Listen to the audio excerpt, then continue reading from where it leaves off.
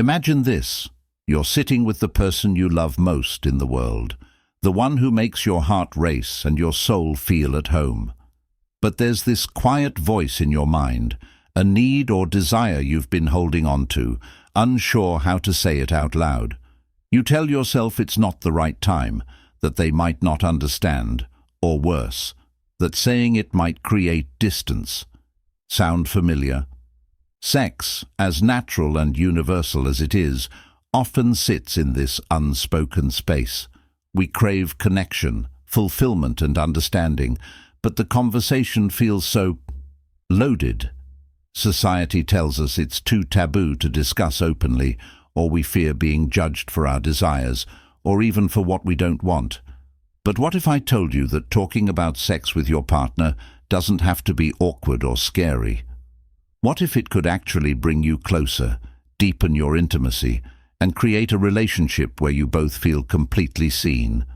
The truth is, your needs are valid, your feelings are real, and your voice matters. And guess what? So does your partner's. Communicating about sex isn't just about getting it right. It's about creating a space where both of you feel respected, heard, and safe. So let's take that step. Let's uncover how to open up this essential dialogue, not just as lovers, but as two people willing to truly understand each other. 1. Start with self-reflection. Before you can talk to your partner about sex, take a moment to understand yourself. What are your needs, desires, and boundaries?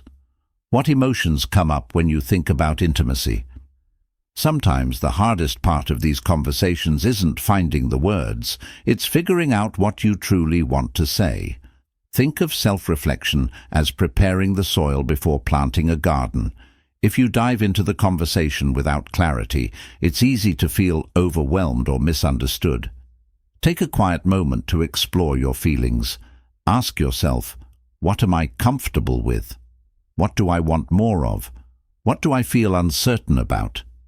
Writing these thoughts down or simply thinking them through can be a game changer.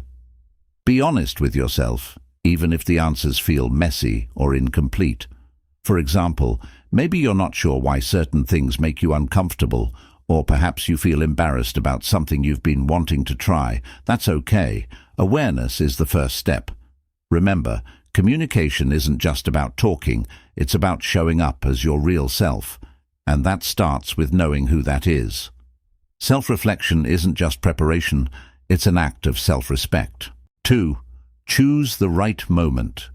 Timing can make or break a meaningful conversation, especially one as personal as discussing your sexual needs. It's not just about what you say, but when and where you say it.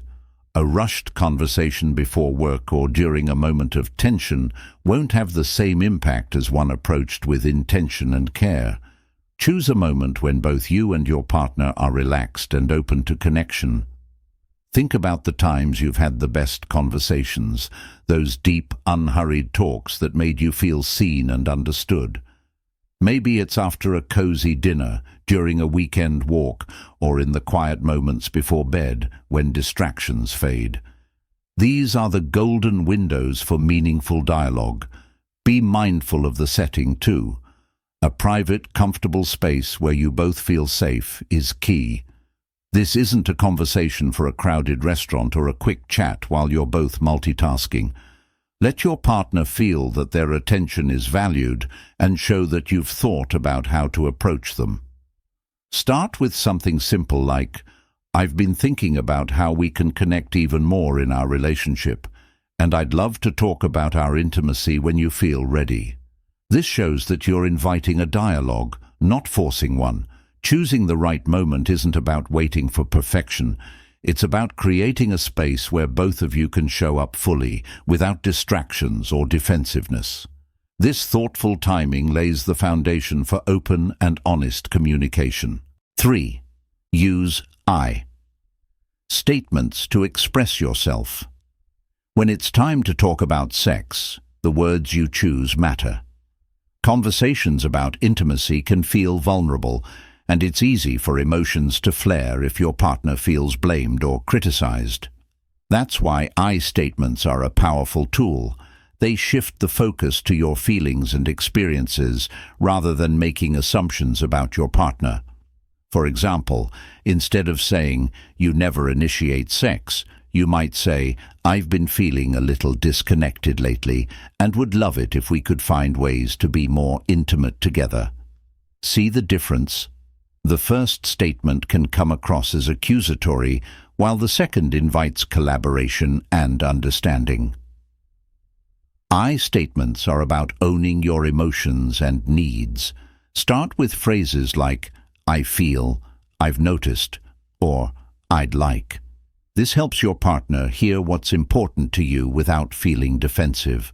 For instance, if there's something you'd like to try, say, "I've been curious about exploring something new in our intimacy. How do you feel about that?" This approach invites a conversation rather than demanding a change.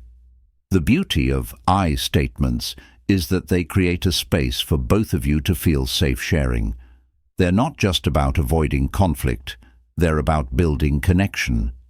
When you focus on your feelings and desires, it signals to your partner that you trust them enough to be vulnerable. And that's the heart of any great conversation, especially one about intimacy. 4. Be open to listening. Talking about sex isn't just about expressing your needs, it's also about hearing your partner's. True communication is a two-way street, and listening with an open mind and heart can transform the conversation into something deeply meaningful. When your partner speaks, focus on truly understanding what they're saying, rather than planning your next response. Put aside assumptions and resist the urge to jump in or defend yourself if something feels surprising or uncomfortable. Instead, take a breath and stay present. Listening isn't just about hearing words, it's about making your partner feel valued and safe to share their thoughts. Openness to listening communicates something powerful, that you care about their feelings and experiences as much as your own. When both of you feel heard, it builds a stronger connection, and that's the kind of relationship where intimacy can truly thrive. Normalize the conversation. Talking about sex can feel like stepping into a spotlight, where every word feels magnified and every pause feels awkward. But here's a truth that can ease that pressure. Intimacy is a normal part of any healthy relationship. The more you approach these discussions with that mindset, the more natural they become. Start by recognizing that talking about sex isn't a sign that something is wrong. It's a way to build a deeper connection, just like discussing goals, finances, or shared interests. Reframe the conversation as an act of care, not critique. Over time, the more you talk openly, the less intimidating it becomes. It's like building a muscle. The first few times might feel awkward, but with practice, it becomes second nature. Normalizing the conversation isn't just practical, it's empowering. It shows your partner that you see intimacy as a vital and shared part of your relationship. Approach the conversation with curiosity. When discussing sex with your partner, shift your mindset from fixing a problem to exploring possibilities together. Curiosity is your greatest ally. It turns what could feel like a tense conversation into an opportunity for discovery and growth. Approach the topic with an open heart and a genuine desire to understand your partner's feelings, needs, and experiences. Instead of assuming you already know what they want or need, ask thoughtful questions. For example, "What makes you feel most connected to me?" Or, "Is there something you've been curious about trying?" These kinds of questions invite dialogue without pressure or judgment. Curiosity also helps you stay present during the conversation. If your partner shares something unexpected or even challenging to hear, try not to react defensively.